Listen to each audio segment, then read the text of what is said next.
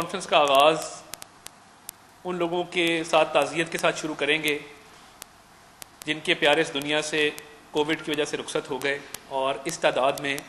دن بدن اضافہ ہوتا جا رہا ہے۔ ہماری اپنی پارٹی کے سینئر رہنما سابق وزیر اعظم شاہد حقان عباسی صاحب، مرکزی سیکرٹری انفارمیشن مریم اورنگزیب صاحبہ، سابق ہمارے وزیر ڈاکٹر طارق فضل چودھری صاحب اور طاہرہ اورنگزیب صاحبہ رکن قومی اسمبلی، ان سب میں جو ہے کرونا کی تشخیص ہوئی ہے، اور یہ تمام لوگ آئسولیشن میں ہیں اور اپنے اپنے گھروں پر جو ہے وہ احتیاطی تدابیر بھی اپنا رہے ہیں، اور آئسولیشن میں جو ادویات ہیں اور باقی ڈاکٹروں کے مشورے سے اپنی صحت کا بھی خیال کر رہے ہیں۔ اس ملک کے کروڑوں عوام کو اللہ تعالیٰ محفوظ رکھے، اور ہماری بڑی تشویش ہے اس حوالے سے، اس پہ عظمہ بی بی تفصیل سے بات کریں گی۔ اور اموات میں جو اضافہ ہے بہت تشویشناک ہے۔ ہسپتالوں میں اس وقت جو سچویشن ہے، ہسپتالوں میں بیڈز ختم ہو گئے ہیں، اور پی کے ایل آئی جس پر بہت تانے دیے جاتے تھے، اس وقت وہ بھی کیپیسٹی سے زیادہ فل ہو چکا ہے اور وہاں پہ گنجائش نہیں ہے۔ اس سارے ماحول میں آج پھر میاں شہباز شریف صاحب کو نیب کی طرف سے طلب کیا گیا تھا۔ ان پیشیوں اور طلبیوں کا سلسلہ 2018 سے جاری ہے، 2 سال ہونے کو آئے ہیں، یہ سلسلہ تھمنے کا نام نہیں لیتا، اور اس کی بنیادی وجہ یہ ہے کہ میاں شہباز شریف کے خلاف، شریف خاندان کے خلاف جو عمران نیازی کی انتقامی سیاست ہے، انتقام کی ہوس ہے، وہ ٹھنڈا ہونے کا نام نہیں لے رہی۔ کرونا کی وبا کے باوجود 96H ماڈل ٹاؤن جو میاں شہباز شریف صاحب کی رہائش گاہ ہے، 2 تاریخ کو وہاں پر 300 سے 400 پولیس اہلکار تعینات کیے گئے، ایک ریڈ کیا گیا، اور ریڈ کے نتیجے میں سینکڑوں لوگوں کی زندگیوں کو خطرے میں ڈالا گیا۔ میں پوچھنا یہ چاہتا ہوں کہ شہباز شریف صاحب کیا ملک سے باہر جا رہے تھے، یا انہوں نے تفتیش میں عدم تعاون کا مظاہرہ کیا؟ کیا جو نیب کو لیٹر بھجوایا گیا اس میں یہ بات درج نہیں تھی کہ میں اسکائپ اور ویڈیو لنک کے ذریعے اویلیبل ہوں کسی بھی پوچھ گچھ کے لیے؟ ایسی کون سی ایمرجنسی تھی کہ میاں شہباز شریف صاحب کے گھر پہ ریڈ مار کے اتنے لوگوں کی زندگیوں کو خطرے میں ڈالا گیا؟ اور اس کے بعد اگلی بات میں یہ پوچھنا چاہتا ہوں کہ ایک کیس جس کی تحقیقات کا آغاز آج کا نہیں ہے، یہ انکوائری اکتوبر 2018 میں شروع ہوتی ہے، اور اکتوبر 2018 میں 5 اکتوبر کو شہباز شریف صاحب کو تحویل میں لیا جاتا ہے، اریسٹ کیا جاتا ہے، اور اس کے بعد 15 اکتوبر کو آمدن سے زائد اثاثوں کے کیس کی تحقیقات کا آغاز ہوتا ہے۔ یہ آن ریکارڈ ہے، جس دوران عدالت میں جسمانی ریمانڈ حاصل کرنے کے لیے احتساب عدالت میں نیب کے پروسیکیوٹرز دلائل دے رہے تھے اور ہم عدالت میں موجود تھے، اسی دوران آمدن سے زائد اثاثوں کے کیس کی تحقیقات کے حوالے سے دلائل دیے گئے میاں شہباز شریف صاحب کا جسمانی ریمانڈ حاصل کرنے کے لیے۔ جب عدالت میں اس تحقیقات کے حوالے سے بات کی جا رہی تھی تو کیا 1.25 سال بعد یاد آیا کہ اس کیس میں گرفتار کرنا ہے؟ 133 دن جو شہباز شریف صاحب زیر حراست رہے، کیا اس دوران سوالات نہیں کیے گئے؟ کیا وہ 133 دن کم تھے آمدن سے زائد اثاثوں کی تحقیقات کے لیے؟ یہ گرفتاری جو بدنیتی پہ مبنی تھی، اس کے اریسٹ وارنٹ 28 مئی کے دستخط شدہ تھے، جو اس بات کی دلیل ہے کہ 2 تاریخ کو میاں شہباز شریف صاحب جو بھی حکمت عملی اپناتے، ان کی گرفتاری کا فیصلہ نیب اور نیازی پہلے سے کر چکے تھے۔ 2 تاریخ کو بلانے کا مقصد کیا تھا؟ جب آپ نے وارنٹ جو ہے وہ پہلے سے اس پہ دستخط کر دیے تھے۔ اور میں سمجھتا ہوں کہ یہ تمام ڈھونگ اس لیے رچایا گیا کیونکہ عمران نیازی صاحب کو شدید تکلیف ہے کہ اس ملک میں اگر ڈیلیور کیا ہے وہ مسلم لیگ نون نے کیا ہے، اور میاں شہباز شریف صاحب کی زیر قیادت، میاں نواز شریف صاحب کی قیادت میں بجلی کے منصوبے لگے ہیں اس ملک کے اندر، لوڈ شیڈنگ کے اندھیرے دور کیے گئے ہیں، موٹر ویز کا جال بچھایا گیا ہے۔ تو یہ تمام تر کارروائیاں جو کی جا رہی ہیں وہ عمران نیازی صاحب کی ایما پر کی جا رہی ہیں۔ آج کی جو کارروائی تھی نیب کی، اس کی اندرونی کہانی بھی سن لیجئے اور اس کی انوکھی منطق بھی میں یہاں پہ بیان کرنا چاہتا ہوں۔ ہمیشہ کی طرح بڑے بڑے الزامات لگانا اور میڈیا کے اوپر کاغذوں کے پلندے دکھانا، میڈیا ٹرائل کرنا، یہ پچھلے 2 سال سے جاری ہے، مگر جب ثبوتوں کی شواہد کی باری آتی ہے تو عدالتوں میں نہ ثبوت پیش کرنے کے لیے ہوتے ہیں اور نہ ان کے پاس کوئی خاص شواہد موجود ہوتے ہیں۔ آج جو مختلف سوالات کیے گئے جن کے جواب ہم وقتاً فوقتاً دیتے رہے ہیں، اس سے پہلے بھی 24 صفحوں پر مشتمل جواب جمع کرایا گیا، اور یہ پیشیاں 2018 کے وسط سے جاری ہیں، اور کبھی بھی یہ نہیں ہوا کہ کوئی عدم تعاون کیا گیا ہو ہماری قیادت کی طرف سے۔ میاں شہباز شریف صاحب کا سب کچھ ڈکلیئرڈ ہے، جتنے اثاثے ہیں، جو آمدن ہے، وہ ہر سال پاکستانی قوانین کے مطابق فیڈرل بورڈ آف ریونیو اور الیکشن کمیشن آف پاکستان میں باقاعدہ جمع کرائی جاتی ہے، اس کو چیک کیا جا سکتا ہے۔ آج جو انوکھا سوال کیا گیا وہ یہ کیا گیا کہ آپ نے اپنی آمدن سے زیادہ ٹیکس دیا ہے۔ یہ سوال انوکھا اس لیے تھا کہ اگر کسی نے ٹیکس نہ دیا ہو، یا کسی نے ٹیکس چوری کی ہو، یا ٹیکس ایویژن کی ہو، اس سے تو سوال کیا جائے کہ تم نے یہ ٹیکس کیوں نہیں دیا۔ مگر آج میاں شہباز شریف صاحب کو نیب نے تفتیش کے دوران پوچھا کہ آپ نے اپنی آمدن سے زیادہ ٹیکس کیوں دیا ہے؟ کیا نیب نے کبھی 400 کنال کے محل میں رہنے والے عمران نیازی صاحب سے بھی پوچھا ہے کہ آپ سالانہ کتنا ٹیکس دیتے ہیں، اور آپ جو ٹیکس دیتے ہیں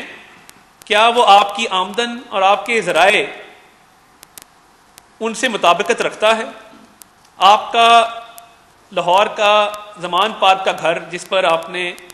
5 کروڑ سے 7 کروڑ کے درمیان اخراجات کیے، کیا آپ کا جو آپ ٹیکس دیتے ہیں وہ آپ کو اس بات کی اجازت دیتا ہے کہ آپ یہ کروڑوں کا خرچہ کر سکتے؟ اور سوالات وہی پرانے، جب ایک ایک چیز ڈکلیئرڈ ہے، جب ایک ایک چیز قانون کے مطابق پبلک ریکارڈ ہے، تو پھر ان سوالات کی کیا منطق ہے؟ اور بار بار وہی سوال کیوں کیے جاتے ہیں؟ بار بار کیوں بلایا جاتا ہے؟ اور میں سمجھتا ہوں کہ آج جو سوال کیا گیا زیادہ ٹیکس دینے پر، اس پر تو چاہیے کوئی انعام دینا چاہیے، بجائے اس کے کہ آپ یہ سوال کریں کہ آپ نے ٹیکس زیادہ دیا ہے۔ اس ملک کے اندر اس وقت جو صورتحال ہے، ایک سوال اور ایک مطالبہ آج ہم یہ بھی رکھنا چاہتے ہیں کہ جہانگیر خان ترین صاحب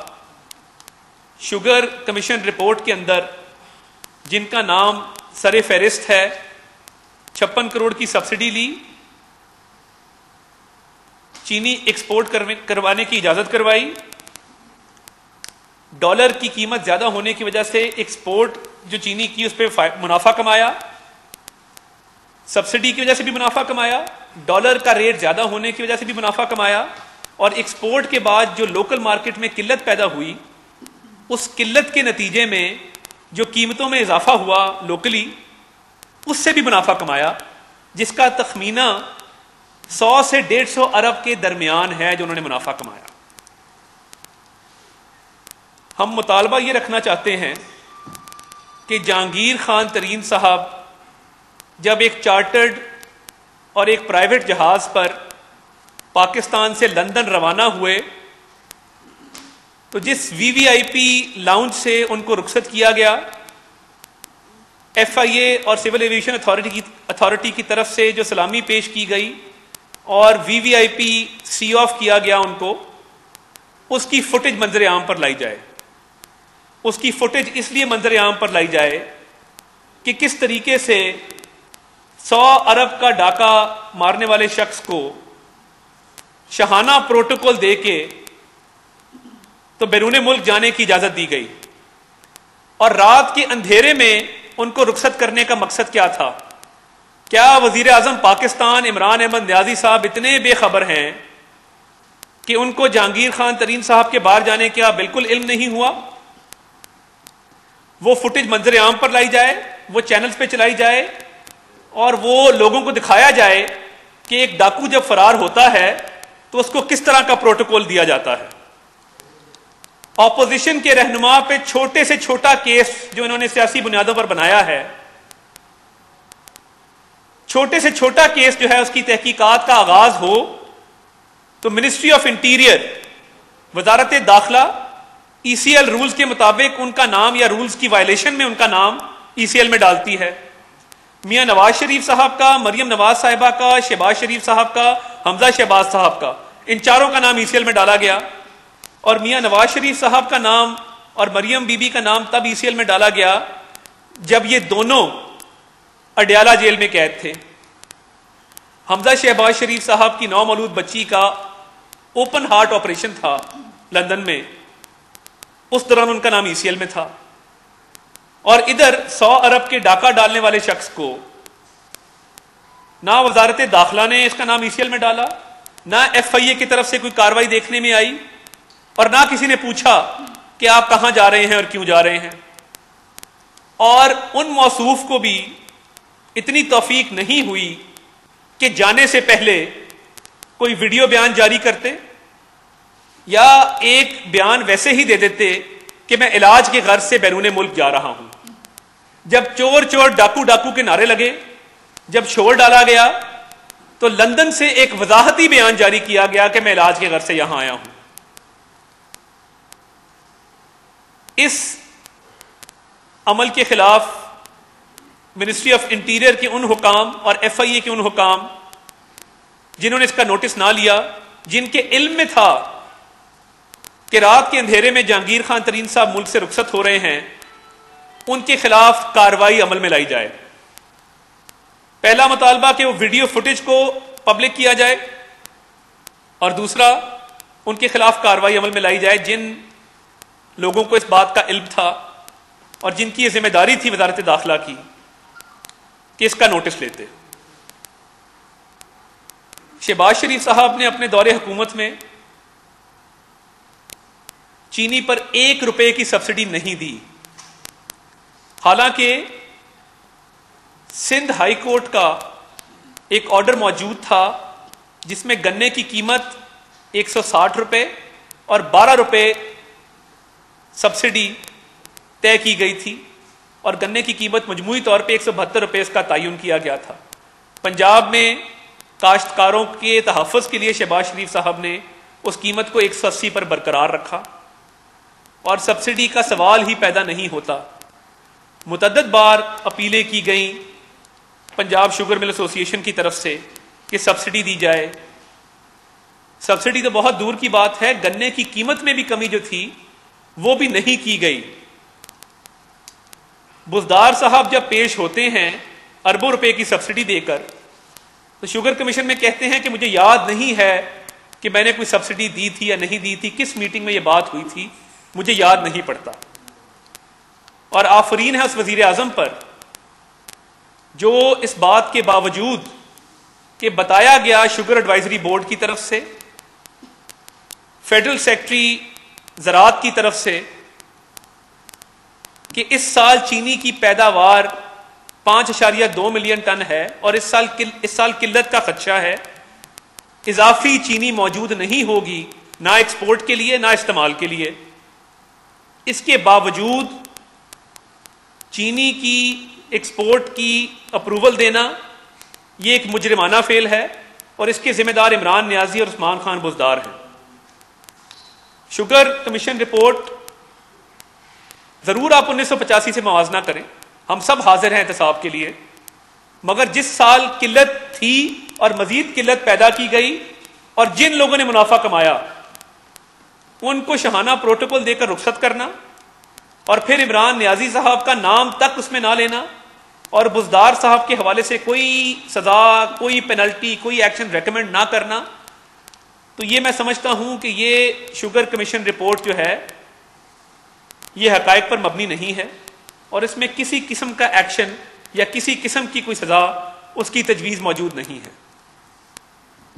شہباز شریف صاحب سے جو آج سوالات کیے گئے اور میں اس پہ اپنی بات ختم کروں گا، تو یہ بات بھی آن ریکارڈ ہونی چاہیے کہ بطور وزیر اعلیٰ پورے 10 سال جتنے بیرون ملک دورے کیے ان کے تمام اخراجات جو کروڑوں روپے میں ہیں اپنی ذاتی جیب سے ادا کیے۔ 1 روپے کا سرکاری ٹی اے ڈی اے یا 1 روپے کا سرکاری ٹکٹ اس پہ کوئی خرچہ نہیں آیا، کیونکہ یہ سارے اخراجات وہ اپنی ذاتی جیب سے ادا کر رہے تھے۔ اس کے بعد 10 سال بطور وزیر اعلیٰ تنخواہ جو تھی وہ فلاحی اداروں میں جاتی رہی، وہ بھی کروڑوں روپے کی تنخواہ بنتی ہے۔ کبھی کوئی یوٹیلیٹی بلز کلیم نہیں کیے بطور وزیر اعلیٰ، حالانکہ یہ ان کا ایک رائٹ تھا ایز پر رولز۔ تو جو شخص کروڑوں روپیہ ٹیکس جمع کراتا ہے، جو شخص سرکار کے کروڑوں روپے بچاتا ہے اور جو ڈیولپمنٹ پروجیکٹس ہیں اس میں اربوں روپے کی بچت ہے، جس کا تخمینہ 800 ارب سے اوپر ہے اور اس پہ تفصیل پہ بات کی جا سکتی ہے، اس شخص سے پوچھا جا رہا ہے اور بھونڈے سوالات کیے جا رہے ہیں نیب کی طرف سے صرف نیازی کی انا کی تسکین کے لیے۔ میں پوچھنا یہ چاہتا ہوں کرپشن کہاں ہے، کک بیک کہاں ہے، کمیشن کہاں ہے، اختیارات کا ناجائز استعمال کہاں ہے؟ بات آتی ہے تو ساسوں پہ بات کرتے ہیں، مگر بتایا جائے کہ کس پروجیکٹ میں کوئی کرپشن کا کوئی عنصر موجود تھا، کوئی کک بیک کا عنصر موجود تھا، کوئی کمیشن کا عنصر موجود تھا؟ ایک دھیلے کی کرپشن نہیں ہے۔ اور یہ ہر روز پیشیاں، ہر روز سوالات، اور جہاں آج میں یہ بات بھی بالکل کلیئر کرتا چلوں کہ شہباز شریف صاحب کی 1 روپے کی کوئی ٹی ٹی نہیں ہے، اور میں شہزاد اکبر صاحب کو چیلنج کرتا ہوں کہ شہباز شریف صاحب کی 1 روپے کی ٹی ٹی ثابت کر دیں تو میں اپنی پارٹی کی رکنیت سے، پارٹی کے عہدے سے استعفیٰ دوں گا۔ روز کا میڈیا ٹرائل، روز کے الزامات اور خود 100 ارب کی چوری، یہ دورہ معیار اب نہیں چلے گا۔ بہت شکریہ۔